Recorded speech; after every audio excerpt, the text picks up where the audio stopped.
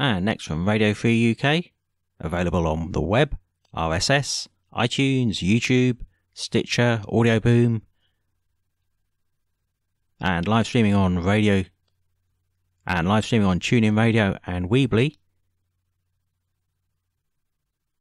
We have Alan Taylor Shearer with Alan's Antics, with his update from Alan's Antics and what's been going on his podcast this week.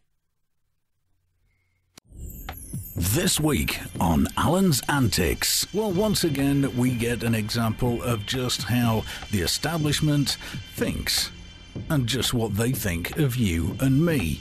This is from welfareweekly.com. Job centre worker brands mum of three a scrounging bastard in an answer phone rant. A mum of three from Beckenham was left shaken after a Bromley job centre worker accidentally left an answer phone message seemingly accusing her of being a scrounging bastard that's popping out kids like pigs, it's been reported. It just shows you the contempt they have for the people that they're supposed to call their clients or their customers. No, we're just scum to them.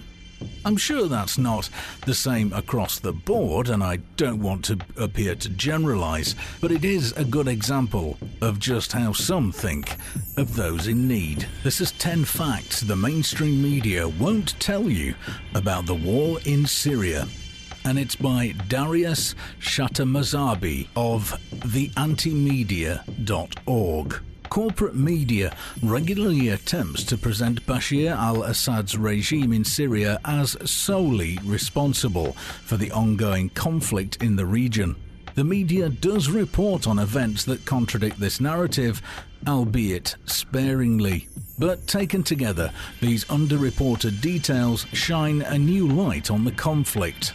Assad may be brutal and should face trial for allegations of widespread human rights abuses, but this fact alone does not make the other circumstances untrue or irrelevant.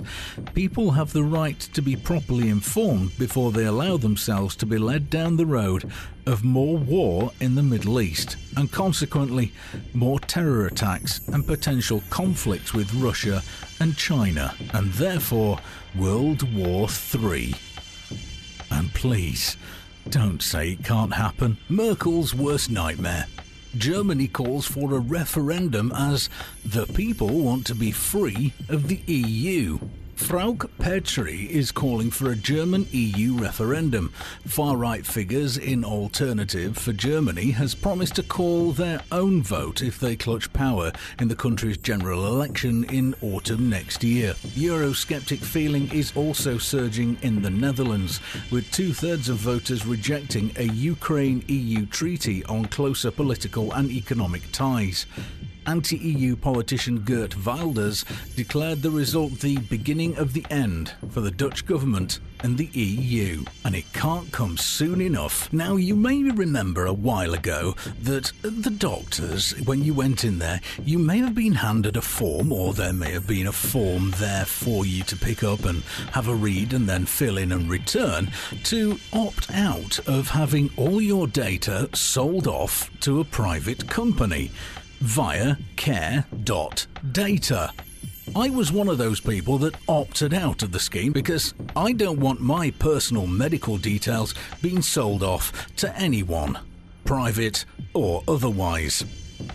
From theconversation.com, care.data has been scrapped, but your health data could still be shared.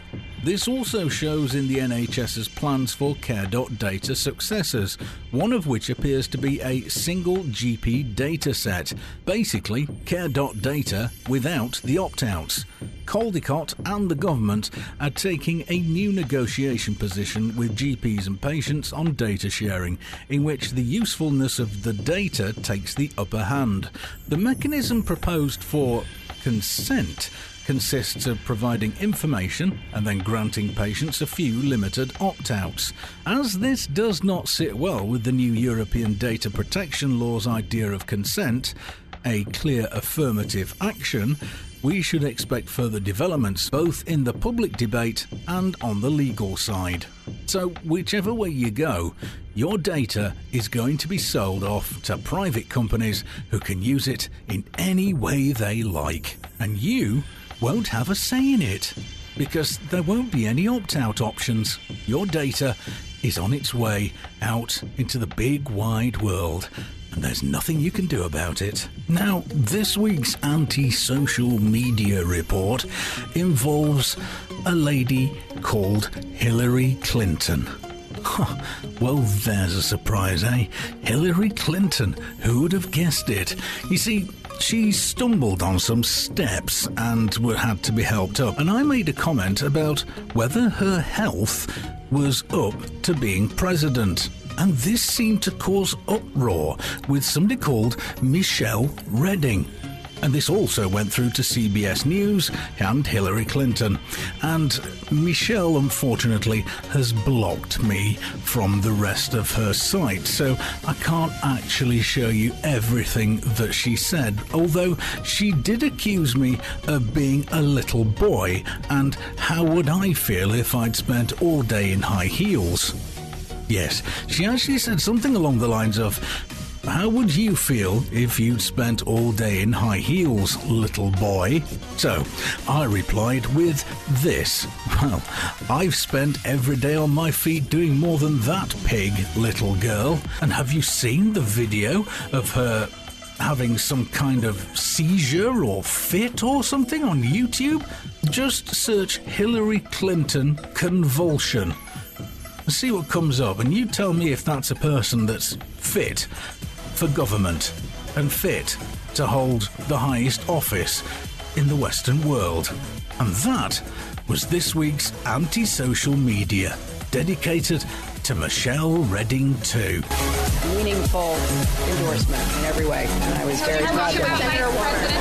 Did you talk about vice presidential possibilities for Senator Warren? You guys have got to try the cold chai.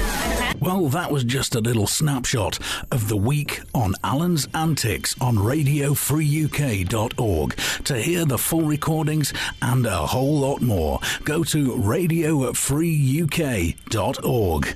And there'll be more next week. Take care and have a safe one.